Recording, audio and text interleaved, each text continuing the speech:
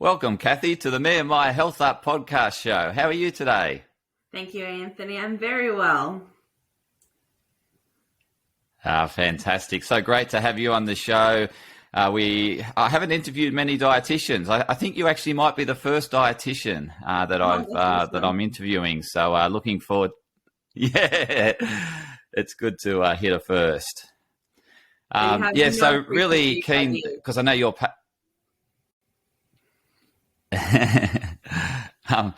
Really keen to hear more about how you arrived at what you're doing today. So my journey begins as young as 7 years old, really, when I think about it. Back then, I didn't know that I was going to be a dietitian at all. But when I went back to my home country, Croatia, I went through some of my old notes and found that when I was 7 years old, I was looking up the different properties of nutrients in tomatoes for skin health. So as young as 7 years old, I took an interest in how food affects the body. It was actually through year 10 and 11 that I struggled with an eating disorder personally. And throughout year 11 and 12, visiting a dietitian myself, I turned my obsession of restriction and calorie counting into an obsession about how can food actually help me better perform at school. So I was looking up things like antioxidants in blueberries to help with my memory. And at the end of year 12, it was actually my best friend because I kept coming to school with all these facts about food and how certain nutrients and certain foods can help us perform. So when we were actually choosing where we were going to go next to uni, she actually said, "Why don't you study dietetics?" I had no idea what dietetics was, even though I went to a dietitian myself. I never thought that it would be a career path that I would pursue. I always thought I'd end up just doing my dad's paperwork in the office, which I did a little bit of on the side. So I went to University of Wollongong and I studied dietetics, and definitely it was not a straight line. My recovery was very up and down, and there were struggles along the way, and definitely could see that with what was going on at uni as well. When exam times would come around and anxiety levels would heighten, I could definitely see that my food choices would be different and how that would affect me. And I went through times where I myself couldn't digest many foods and had that fear of food as well. So I did take a gap year to heal my own relationship with food because I didn't want to be that hypocrite dietitian myself, giving people advice when I couldn't sort my own shit out. So I took a gap year and traveled Europe and really healed my relationship with food and my body before I continued on into my studies and became a clinical dietitian. So I worked on the wards. I worked at Bega Hospital for some time. And then I decided to actually focus more on prevention rather than treatment, because being a dietitian means I can work on the clinical wards, but there's very little that we can do once the person is already in hospital. So being in private practice and focusing on prevention actually allows us to prevent the person from going to hospital and prevent the subsequent effects it has on the family and the environment, really. And I do this from a very holistic way.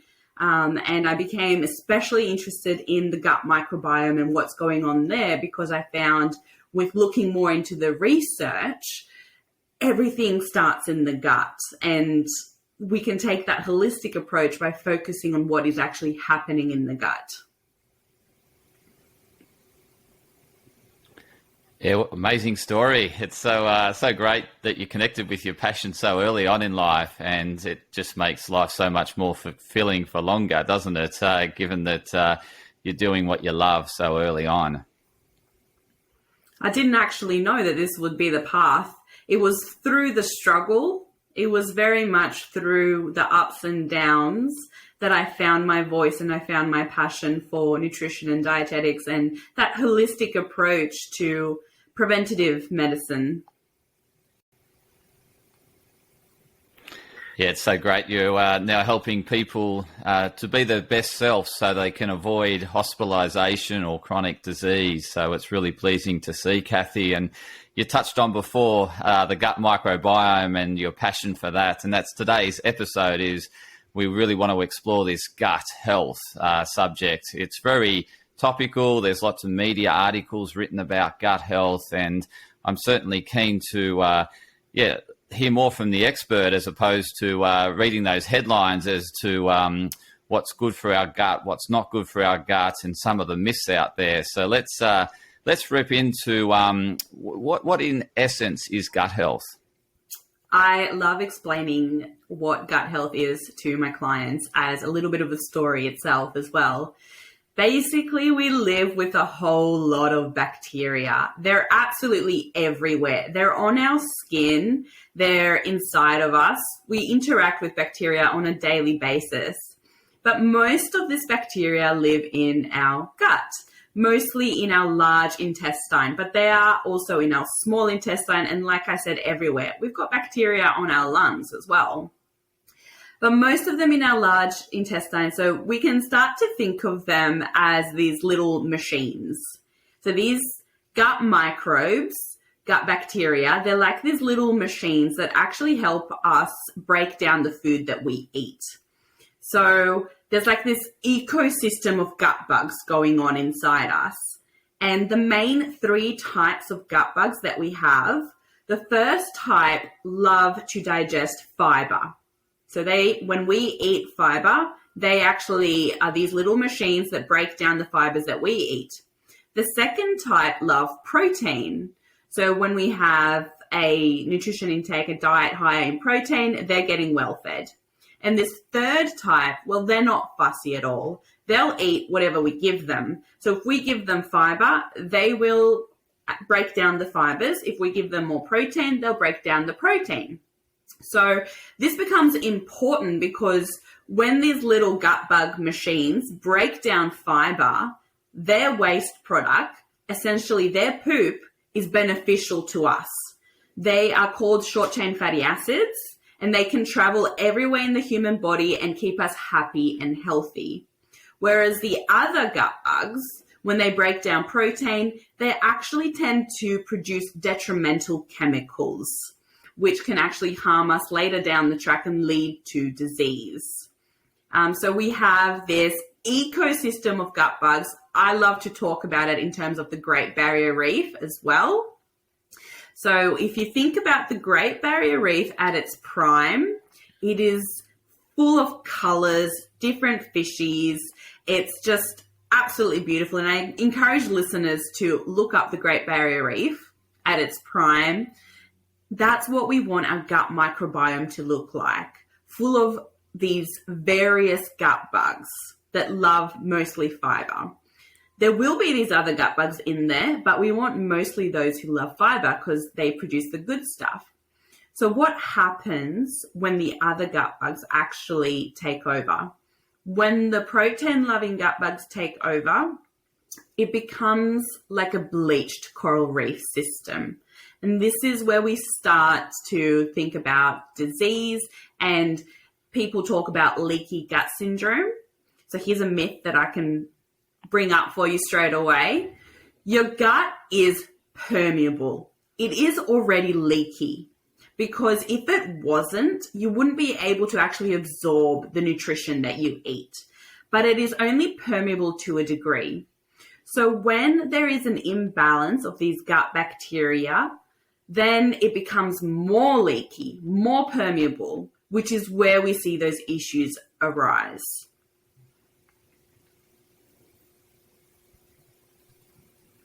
Thanks for clearing up that, Kathy. And a great way to explain it to the listeners is, I love that story about the Great Barrier Reef. I think it's a great, analogy. So thanks for sharing that. And I'm just really keen to find out what happens when, someone that goes on a high protein diet, low carbs, because that's really popular at the moment. It's people are talking about that for weight loss. There's celebrities out there, influencers out there that are raving about it. Yeah, can you just probably explain it in terms of what does that do to our gut health? Absolutely. There are so many fad diets out there. Fasting is another really popular one as well. And similar to like the keto diet or these high protein diets, there can be short-term metabolic benefits to it in the short run. But really in the long term, you are starving your gut microbiome. And this is where those bad bacteria start to dominate, and we lack that variety that we really need for health. So in the long run, it's not recommended, and we actually don't have enough research at the moment to actually suggest whether we want to be doing this long run.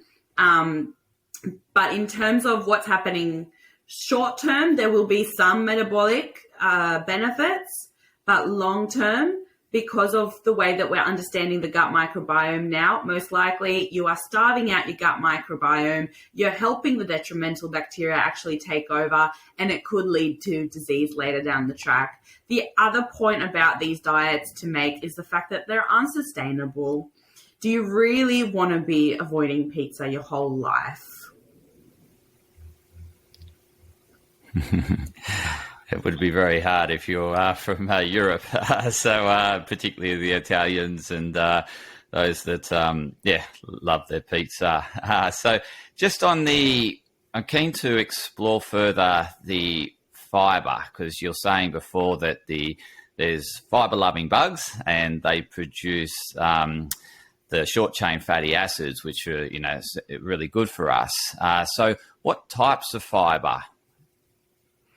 In terms of fibre, so there are three main types of fibre. So there is resistant starch, which is in cooked and cooled potatoes or pasta, for example. There is insoluble and soluble fibre. So many people think about fibre as just that, what flushes things out for us, but it has so many more benefits to it.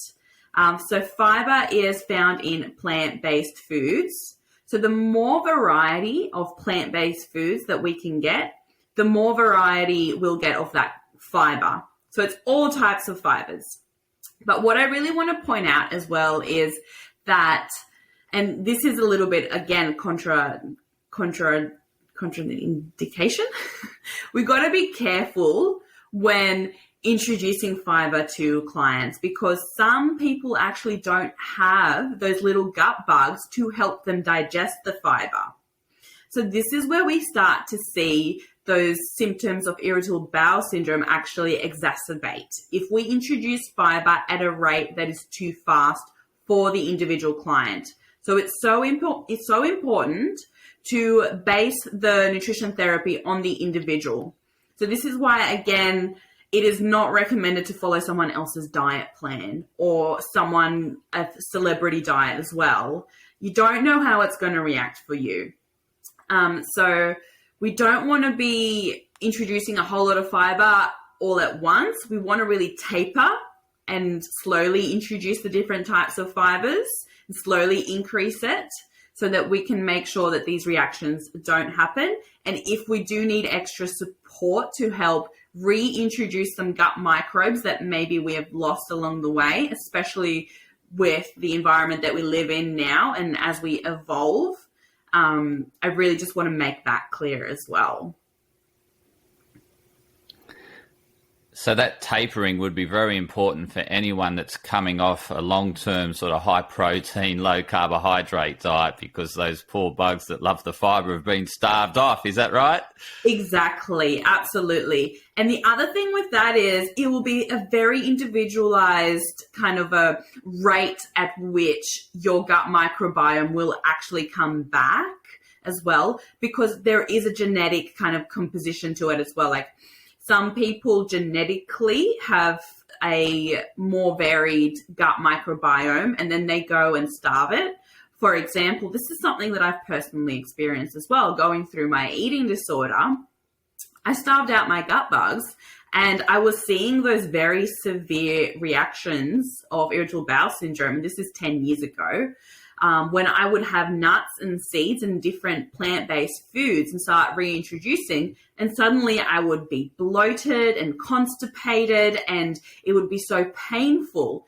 And this is something that I've seen in my clients attempting a low FODMAP diet and then reintroducing it as well and going too fast at it. So again, nowadays, and working with clients to slowly reintroduce things to give the microbiome that opportunity to readjust and for those microbes to regrow and repopulate and grow in number as well as variety, that actually helps to soothe those reactions. And in terms of that tapering with the fibre, is it advantageous to include some probiotics? And if it is, what type of probiotics, like which strains do you recommend? In terms of probiotics, it will also be very, very individualized.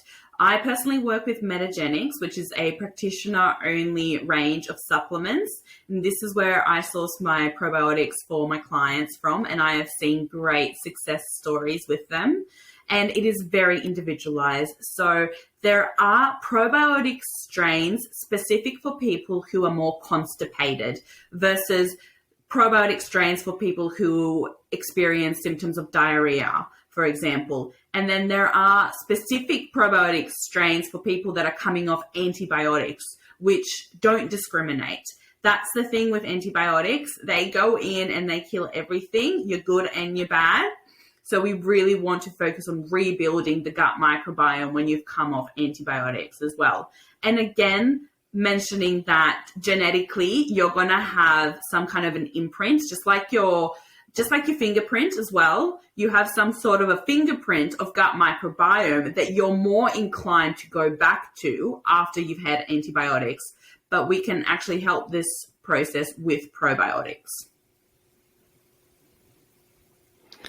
And so in terms of prebiotics, because that's another term that's thrown around a lot, and so I think it's good probably to define what a prebiotic is and where it fits into the picture. Absolutely. So let's backtrack onto probiotics. Those little gut microbes, that's the probiotics. We also call them like that. And the probiotics, or those little gut bugs, they feed on prebiotics, which is the fibers.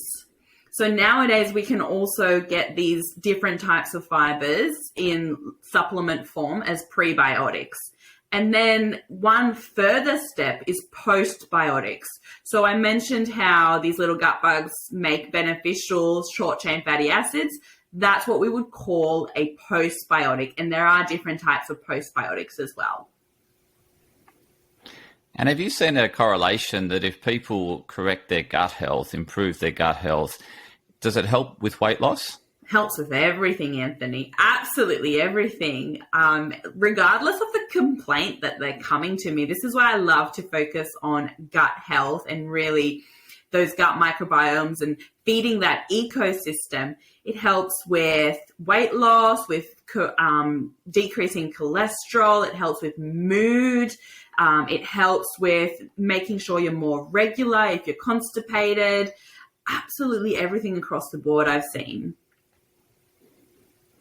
And alcohol, what's the impacts or the implications of having excessive consumption of alcohol with the gut health? Well, alcohol is a toxin and it is inflammatory. So we have guidelines to follow in terms of alcohol, which is 2 standard drinks a night and 2 alcohol-free evenings in the week. And this is also because we know that red wine has a lot of antioxidants, and there are benefits to those antioxidants that we can get from red wine, making sure it's good quality stuff. So it is very individual. Again, it depends on the person's habits. We can definitely fit it into the plan, following those guidelines and depending on what kind of a lifestyle the person has as well. Yeah, you just mentioned lifestyles. I was about to touch on that for the next question. So really keen to understand, what lifestyle supports a good balanced microbiome. Oh gosh, so many things impact the gut microbiome. So again, we've got bacteria absolutely everywhere.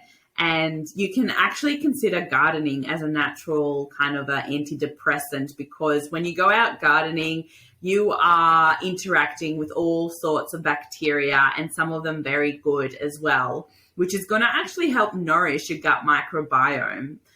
So you're breathing them in through your nose and through your mouth and interacting like that. Even having pets, for example, it also helps strengthen the gut microbiome, and it gives us more of this variety that we're craving.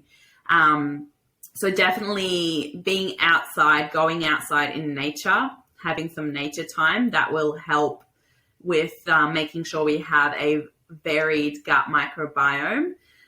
Stress is a big one. Stress actually, like I said, just like starving out the gut microbiome by not eating and going on these diets, well, stress actually impacts the gut microbiome and kills them off as well. Another one would be, so we've got stress, we've got getting out in nature. I would say it's really important to, in terms of lifestyle, not smoke. I mean, this is something that we are seeing less and less of. It's kind of one of those things that you're just, I think nowadays more people are wondering, how are you still smoking? Because we know how detrimental it is to our health now. Definitely decreasing alcohol intake if you tend to drink too much. And exercise, there's another one that helps our gut microbiome. Yes, exercise helps. It helps, again, because exercise is a form of inflammation. It is inflammatory when we stress the body, but it's actually signaling to the body to send the good chemicals and help us recover. And it helps our gut microbiome as well. Is there a particular type of exercise that's more beneficial than another type? And is duration, does any of that matter?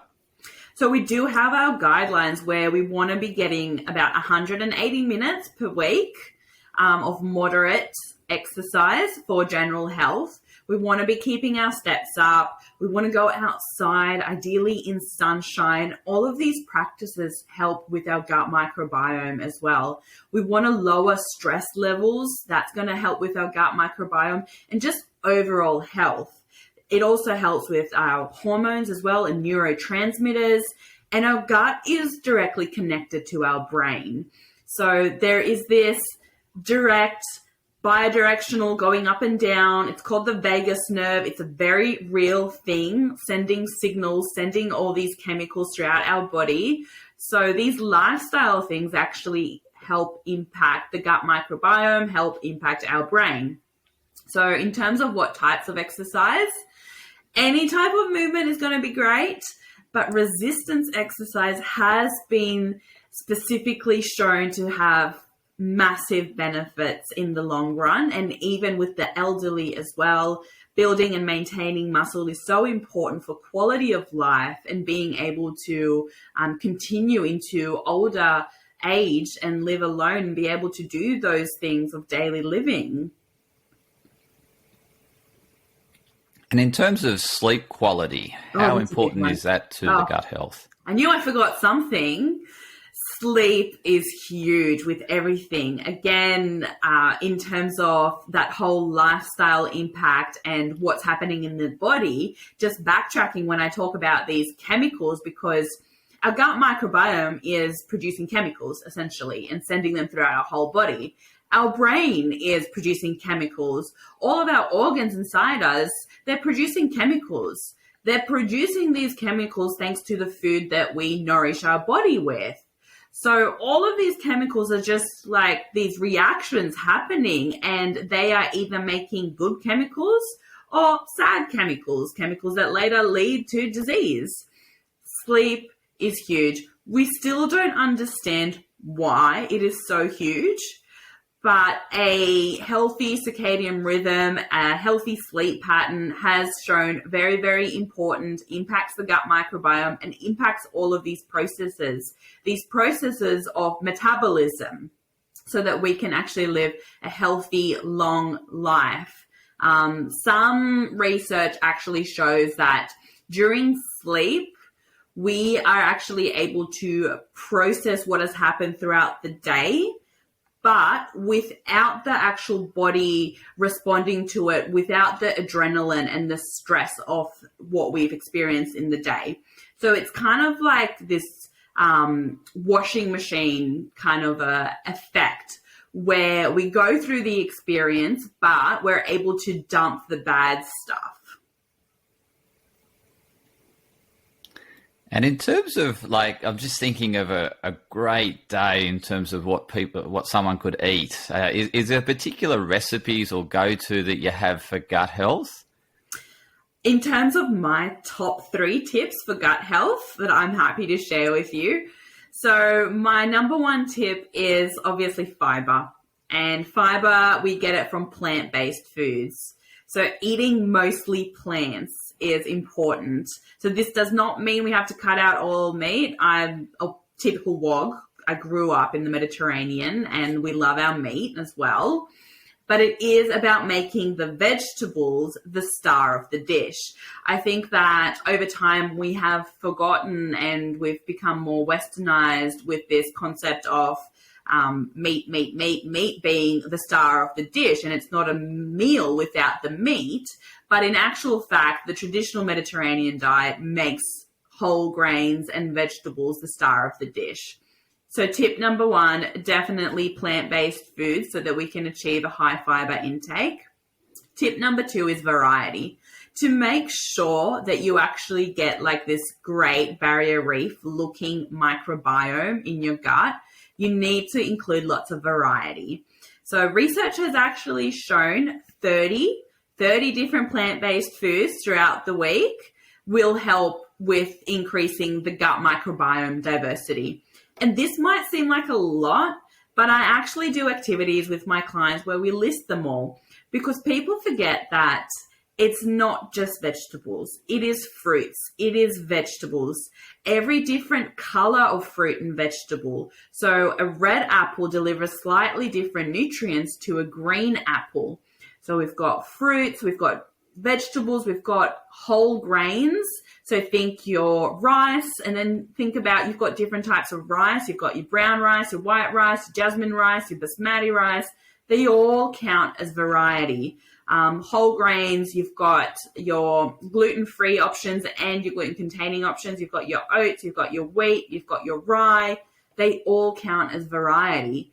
You also have your beans and legumes and lentils as a plant-based food as well. Every different type of bean counts. Having a chickpea versus having a red kidney bean versus having a black bean counts as variety.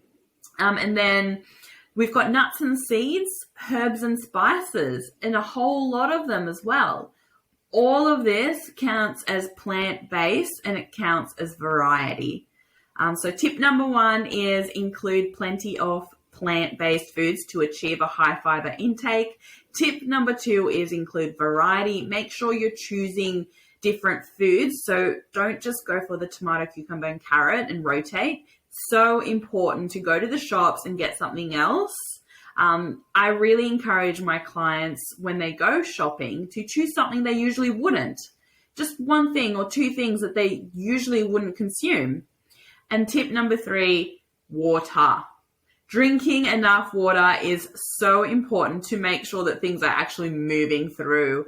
Because especially when we're increasing fiber intake, we need to start to increase our water intake so that that fiber doesn't get dried up and stuck. Keep it moving, guys. Keep it moving. And is there any concern around chlorine in the water with the gut health? Not that I've seen any research on lately. No, I haven't seen. Okay, so tap water's fine. Sydney water's all okay. There are water purifiers that I know of, like the Zazen, and if you can afford it, because there would obviously be like layers and different nutrients in there that would be beneficial to the gut microbiome potentially. I don't know the research behind it. I don't think there's been any research. There's a good research area that needs to happen in terms of the quality of our water and how those chemicals that we put in it, the chlorine and the fluoride, actually affect the gut microbiome. I love those top 3 tips. I love the make vegetables the star of the dish. How exciting! And then certainly getting that wide variety. You mentioned, up to 30 different types of different plant-based foods within a week, which is incredible goal for everyone to aspire to. And then drink the water. Just on the variety, what about this issue with people saying, this food doesn't agree with me, it doesn't sit right, and they tend to avoid it? Is it a function of them not having the gut bug that can break down that particular fiber or something like? Because do you see where clients are, complaining, I have that not lactose, but I've had milk and it doesn't sit with me, or I have black beans or, some type of beans, it doesn't sit well? Absolutely. Yeah, this does happen. And very often the thing that people will do is if they feel bloated or constipated after they've eaten a carrot, the easiest thing is to eliminate the carrot. So I'm not going to eat them. But this is just a Band-Aid solution. We're not actually correcting what is happening in the gut to cause this. And there can be a variety of causes, one of them being exactly that we don't have the gut microbes to help us actually break down the fibers. It could also be, and it depends on the client again, and having a detailed diet history and what's going on, that actually helps us kind of be the food detective as dietitians to help the client actually manage what's going on. It could be that there's a lack of enzymes, or this usually happens with age as the acidity in the stomach actually decreases. So there are a variety of things that we can actually trial to see what's going on in there. But definitely eliminating foods is not the answer. Usually it will be a much easier solution. Sometimes it is as easy as drinking more water.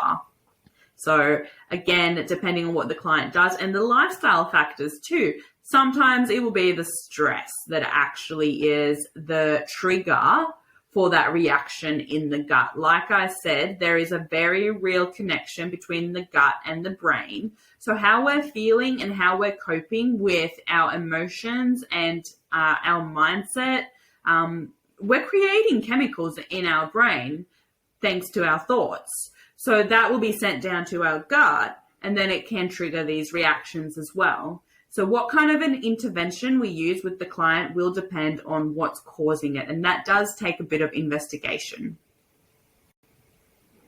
And that would be the same with, feeling bloated all the time, or having reflux, heartburn,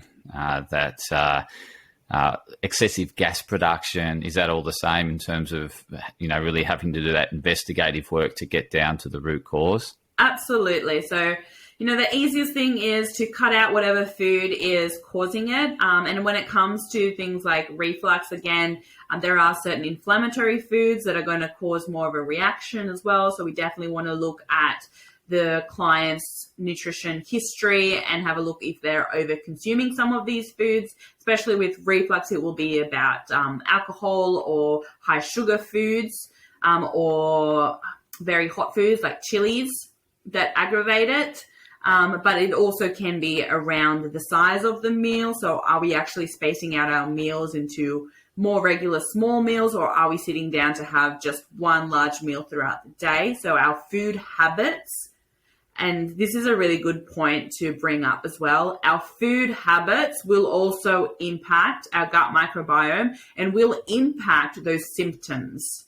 So like I said, the intervention will depend on the client, what their symptoms are, what their usual habits are, and sometimes it can be as easy as spreading out those meals into more regular, smaller meals throughout the day rather than having a huge meal once a day.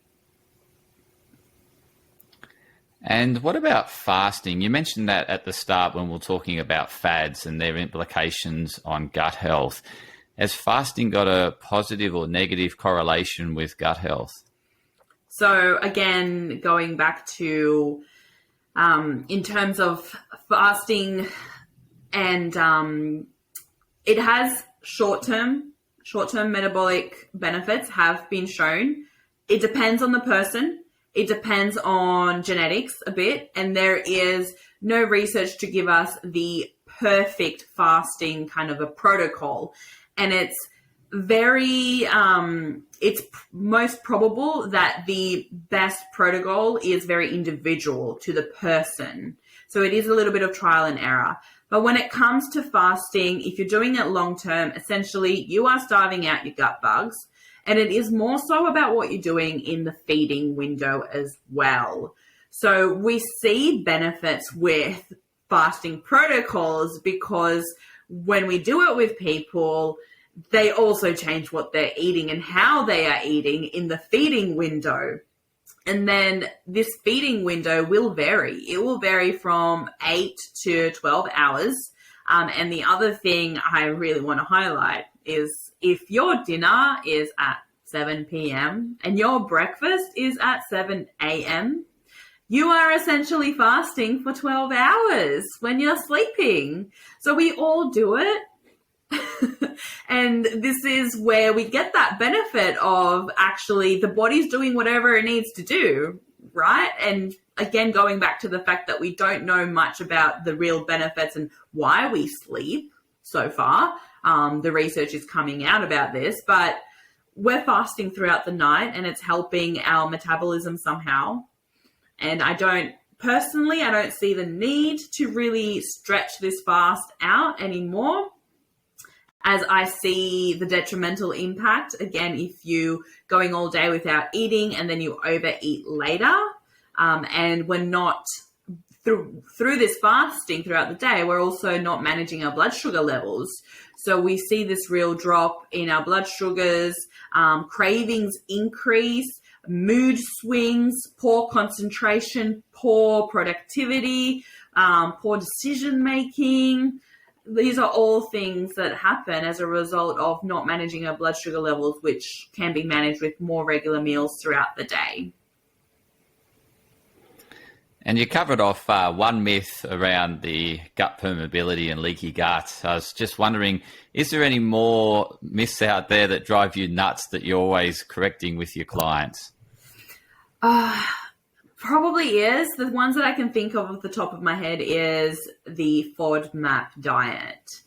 So irritable bowel syndrome is very common nowadays. It is what doctors tend to diagnose people with when there is no Crohn's or colitis or diverticular, so any other different type of inflammation in the gut. They go to IBS, irritable bowel syndrome, and then they tell the person to go on a low FODMAP diet. The problem with this is very often the solution could have been much simpler. So sometimes I will have clients that have come to me, they've been following a low FODMAP diet for months, and now as a result, they can't even tolerate the foods that they used to be able to tolerate because they are diminishing their gut microbiome. And it is very hard to do without the guidance of a dietitian because it essentially looks like you're cutting out a whole lot of food and it looks like you're not going to get enough fiber. But essentially the low FODMAP diet actually encourages a whole lot of variety in small amounts. Because like I said, those plant-based foods have different types of fiber. So if we can actually make sure that we get small amounts, more varied, it's going to be looking more low FODMAP. So firstly, if you've been diagnosed with IBS, definitely reach out firstly to a dietitian before you go on a low FODMAP diet because you want to get the right guidance. And the other thing is it's not meant forever. Going on a low FODMAP diet and cutting out foods, it's not meant forever. There is a reintroduction phase where we can actually start to find out what is triggering the symptom. What specific FODMAP, because FODMAPs are types of carbohydrates, what doesn't sit with you well. And then again, it's not about cutting it out completely. It's about building up that tolerance again. And this is something that I see especially in adults as well. Going through your teens, you could tolerate whatever. When were we ever worried about what we're eating when we were growing up?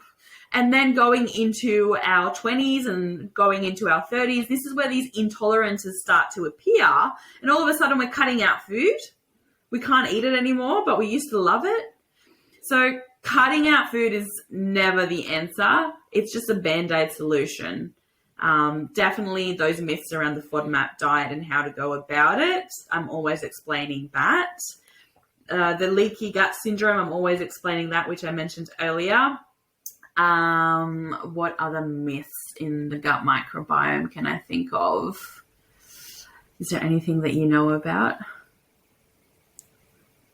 I think that... I was just thinking, just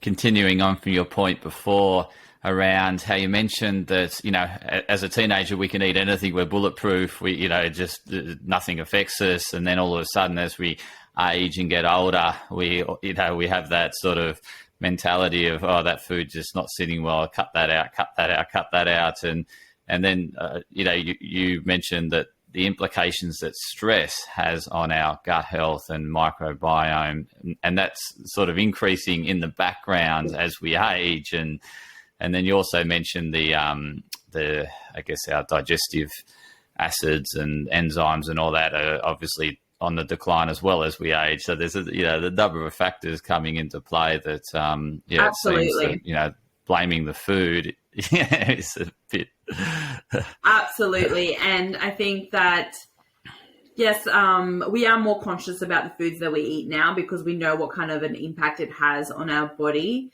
And as we get older, we do make more health conscious choices. I personally think there's not enough education about it when we're younger. And really, I think it's really important because we've got this increase of ultra processed foods now. And the reason I use the word ultra processed is because we do have processed foods that are generally healthy for us. So for example, a can of tuna is processed. Beans are processed, but they're processed so that they have a longer shelf life, right? There's no nasties in there. Whereas ultra processed foods are the foods that are high in saturated fats, high in trans fats, high in these detrimental chemicals to the human body, emulsifiers. We've got artificial sweeteners in there as well. And research has actually shown that these things impact our gut microbiome. And actually the latest research about inflammatory diseases like Crohn's disease and ulcerative colitis, they actually recommend that we avoid emulsifiers and these artificial sweeteners if you have Crohn's and colitis. And my kind of way of thinking is, well, if it's not good for them, why would it be good for me? Right? So there's something there, and more research is coming out about this. And the other thing, and this is just things that click over in my head, when you pick up that low sugar or artificial sugar kind of a lollies, and on the back it says may have laxative effect. What's it doing to my gut to have a laxative effect, right? So there is actually some research that shows that our gut microbes recognize the artificial sweeteners versus a plant-based sweetener like stevia. So they actually can differentiate between them. Wow, they're really smart and intelligent, aren't they, our friends? Kathy, I really appreciate you coming on, and I'd love you to share with the listeners how they can best connect with you. Absolutely. My pleasure being here and sharing all that about the gut microbiome. There's so much more. Just on that note, I do want to highlight something that I tell my clients as well, and when I do presentations, is the fact that all this new research that we have now is confirming what we've always said. So your grandma, for example, tried to always make you eat your fruit and veggies. And now we know why fruit and veggies and these fibrous foods are so important for us. So the Australian Guide to Healthy Eating is a great place to start when we want to make nutrition changes for the better. And all of this research just confirms that. It's a different way of talking about it. So if you want to reach out to me, you can go to my website, which is www.nufitwellness. That's NUFIT wellness.com.au. There is a booking link there. You can send me an email. You can reach me. My number is up there. You can also reach out via Instagram or Facebook. Look for NuFit Wellness. And I'm always happy to answer any of your questions and guide you on the right path to better gut health. Thanks, Kathy. And listeners, I'll include all those links in the show notes. So you can just go directly to the show notes and click on the link and end up at Kathy's website. And I'll also include her socials there so you can connect with Kathy. So I really appreciate you coming on the show, putting aside your time and sharing such great insights on gut health and dispelling those myths that plague people's minds and make them make better, wrong decisions and do the wrong things as opposed to the right things. So thank you so much, Kathy. Thanks for having me. And to the listeners, thanks for tuning in to another insightful episode of Me and My Health Up. We really appreciate you listening in. So please share and like the episode and share it with those that could most benefit from hearing if they're constantly complaining to you about digestive issues or gut health related that Kathy shared, please share it with them because they could benefit from hearing it. And the more people that we can help, the better the world is. So thank you so much and stay tuned for more insightful episodes of Me and My Health Up.